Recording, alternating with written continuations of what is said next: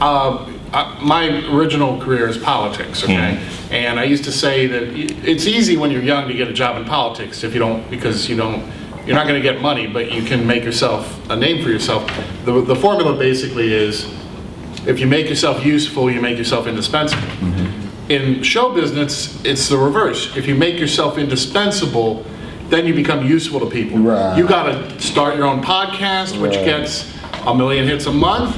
Hey, then people are noticing. You know, you got to do your own thing. You got to become your own thing, make your own scene, and then people start knocking on your door. The more that you run away from shit in comedy nowadays, which is a total difference. Like, there are certain guys who are very famous now that we all in this room could go down and name, who would not be there if they would have had to come out of this era. And the reason why is because there's a saturation going on now that it just wasn't there. It wasn't there. And like, even if I don't want to be a producer, even if I don't want to be a promoter, I hate Twitter. I can't stand doing all this extra socially networking. Let me invite you to my shit on Facebook to invite 300, 400 fucking people and 17 show up. Fuck that shit. I can't stand it. I hate it. But on the same tip, I also know the more I run away from those things that are not helping to build me to be a better comedian in that respect, the worse I'll be. It's like standing at a certain point. And truthfully, it's like even in moving forward in 2012, my big goal next year, one of my big goals, which I hope all of you take on too, build your fucking audience.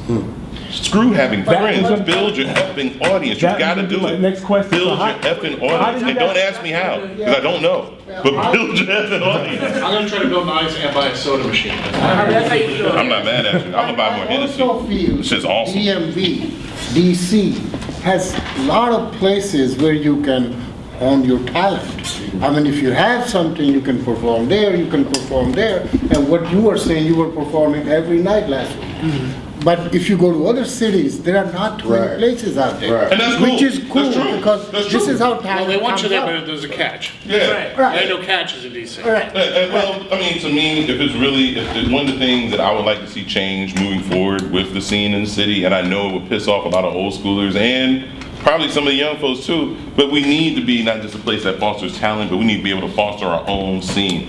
I'm on tape. The Improv, you know what I'm saying? There's a couple of places around, like instead of y'all really building the fucking local scene, you're renting it out to people and you're not giving them their props. It's bullshit. And on some real shit, like, well, I like Riot Act. That's why I like a couple of these other spots that are going on right now, because there's nothing in DC, and I've lived here most of my natural damn life. There ain't never been anything here to foster the scene. You have to foster the scene and build the scene. And I feel like that's happening more now than I've seen it happen in a very long time. But it's one of those things where here, like, you know, granted, you're right, there's not a lot of crazy politics with the room. You don't have to always bring like drinks. You don't always have to bring people. Starting next year, you got to fucking bring people. And the reason you got to do that shit is because, like I'm saying, if you plan to leave here, if you go to Boston, I don't care how funny you are, if you ain't got 8 people that are willing to show up to a show, you'll never get stage time. You go to New York, you don't know 5 to 10 people, you're not getting 3 minutes on stage. You can kiss their ass. And I don't care how talented you are, if you don't understand that part of the game, you're screwed.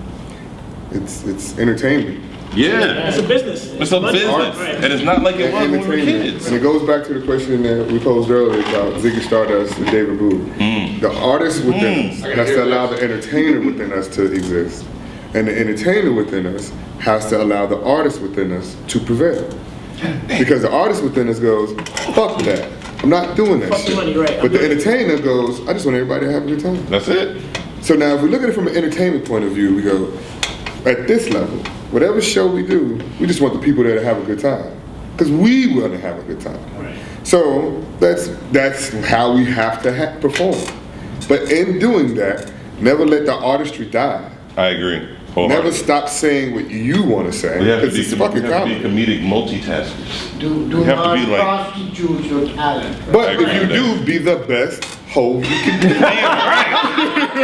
Work the pole. Work the pole. My motherfucking pole. There have been many motherfuckers on this here pole. I will drop my ass. But tonight, this pole is moving. Hallelujah. And don't write it down. At the comedy church. Woo! All right, so Wayne, talking in tongues. This is what happens when you provide drinks for comedians. All right, so Wayne.